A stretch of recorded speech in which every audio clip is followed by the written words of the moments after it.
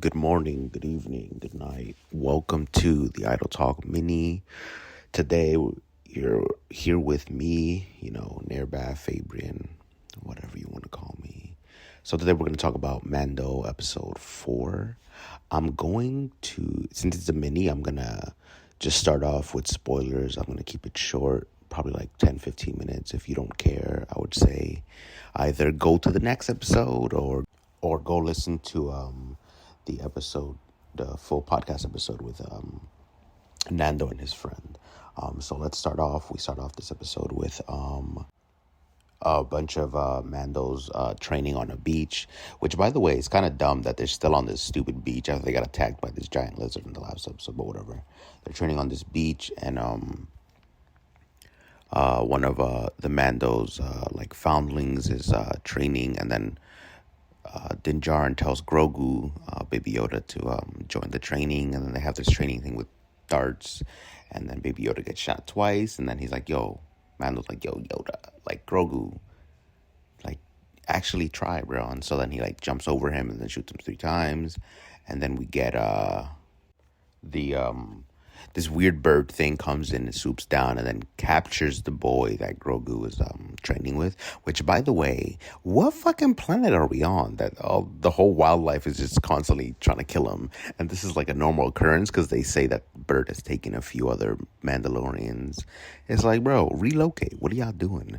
But so the boy gets taken, and then Bo-Katan chases it on her ship. But then it's like, nah, like, she comes back and it's like, I tracked it, we're gonna go get it.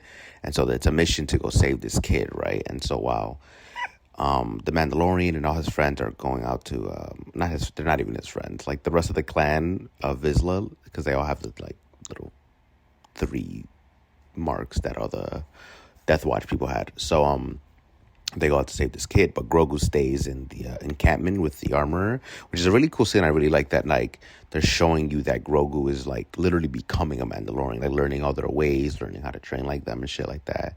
So she takes him into like the little what is it, like blacksmith area, whatever, where she like makes all the armor, and she starts building. Which, by the way, this would have been the perfect time to build Grogu his helmet. But again, they didn't. They just gave him another fucking useless piece of Beskar. They just put it under his shirt.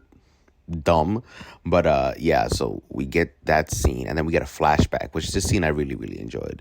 So we go back in time to the Jedi Temple on Coruscant, where Order 66 is happening, and we're seeing how Grogu got out. We've seen a few flashbacks to the scene, but there was always questions about how he got out, how he survived, who saved him, right?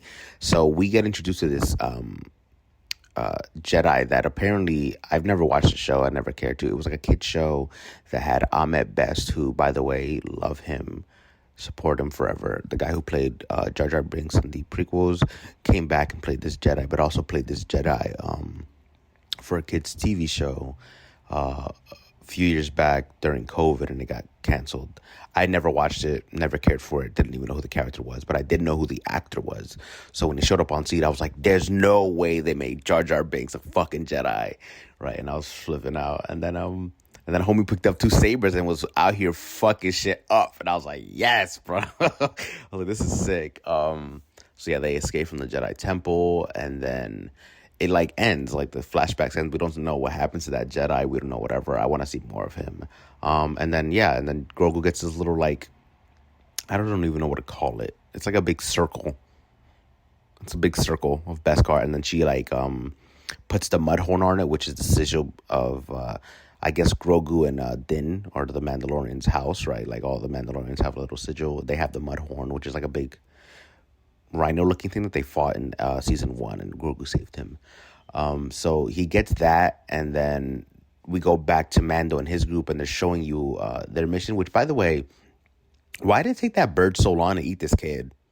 Because they get there, and they're like, oh, we're gonna like camp out for a day or whatever. And I'm just like, shouldn't there be more, like, what's the word, like, quickness to this? Like, I know there's a word for it, I just can't remember right now, but like, more hustle to this. Like, there's a kid that could be getting eaten by a bird, like a big bird dragon thing. So they get to they start setting up camp, and then they have like these rations, right? And then Bo-Katan asks like, how do we eat in front of each other if we're not allowed to take off our helmets? And they're like, oh, we all each go to our corners and then we eat by ourselves. But the party leader, or the war chief of the party, right, like the person who's the leader of the party that they're at, gets the honor of eating by the fire. So Bo-Katan takes her helmet off and eats by the fire. And it's weird that in this show, like, I don't mind. Like, I love all the side characters. I love Bo-Katan. I love Grogu. I love everybody. But it's weird that now, as the show has progressed, in this season at least, I feel like the show is very rarely about the Mandalorian. I guess we do have a bunch of Mandalorians in the show now, but we don't really see a lot of Din. Like, I feel like we follow, at least this season, we've been following a bunch of different people, and it's fine, but I wish we got more of Din, because he's like my favorite character in the show besides Grogu. Then they go up to the, and then they say that they can't use their jetpacks because it's gonna alert the bird, and then the bird would just eat the kid, right? So they're gonna climb up using their grappling hooks, which is cool. I like to see that the Mandalorians are really useful, otherwise than just like shooting and jetpack, like everything that they're known for, right? They are survivalists. They can like track a bird down and use ropes and stuff to like climb up a wall if they have to. So they climb up the mountain, and then they get to the nest, and they find like helmets of other Mandalorians that have already been eaten and shit. I'm like, oh yeah, this kid's dead. And then they find the baby birds, and then the mama bird comes back, and then she spits out the kid like fully intact, which I guess would make sense, right? Because Boba Fett was in the Sarlacc pit for like 6 years in his armor and didn't die, so I guess you could survive as long as you have the Beskar armor. But it didn't seem like he was wearing that much Beskar besides his helmet, so whatever. So he spits the kid out to feed the babies, and then they start fighting. The dog fight was sick, bro. Like the fighting in the ships is always really fun to see. They chase it down with like jetpacks and stuff. They kill it, and then they keep the babies for some reason. Like, they're like, I guess they want to like learn how to ride it like they would ride the mythosaur, right? Like, it'd be cool. So they save the kid, and then we find out that the kid was actually that big Mandalorian that we've been seeing since season 1 with the minigun, and he's like wearing blue. His name is like Paz Vizsla. He's voiced by Jon Favreau, the creator. I guess not the creator, but the director for the Mandalorian, for a lot of it, of season 1 and a few episodes of season 2 and 3. So it was his son all along. And then they save him, and then he thanks Bo-Katan, and then they get back to the camp. And this is where I really loved this scene between the armorer and Bo-Katan, because I always thought they would always hate each other the moment they fought, because of the way they spoke about each other. So she comes to her, or actually the armorer is like, oh, you lost your pauldron, or like your shoulder. So basically during the fight with the birds hit Bo-Katan on the shoulder, and then she dropped her little armor piece with the Night Owl sigil, which is her is like her group that she had during the Clone Wars, and even in I think season 2 we see her little like group of Night Owls. Which, by the way, where the fuck did they go? Where's her group from season 2? Like that other lady and then that guy, they never show up. Where the fuck did they go? That's weird that they never brought them up. Whatever. So the armorer goes to her and is like, hey, like, you lost your pauldron. We should make you a new one, right? And she's like, yeah, for sure. And then when she's making it, she's asking her questions about the mythosaur and things like that. And then the armorer is like, hey, now that it's made, do you want me to add the Night Owl sigil to your thing, or do you want something else? And she's like, is it possible for me to get the mythosaur? And then the armorer explains, like, yes, the mythosaur is, any Mandalorian can use it. It belongs to all of us, right? And then she explains to her, no, I saw a real one, blah, blah. And it seems like the armorer kind of believes her, but not really. She's like, yeah, like, the great Mandalore will make you see shit like that. So it seems like she kind of believes her, but not really. So it's cool to see Bo-Katan like embracing this I guess like old teachings of Mandalore, but I kind of don't like the culty ass like Death Watch shit. Like they can't take off their helmets and shit like that. Like, I don't like that type of shit. So hopefully they can find an in between where like everyone is happy.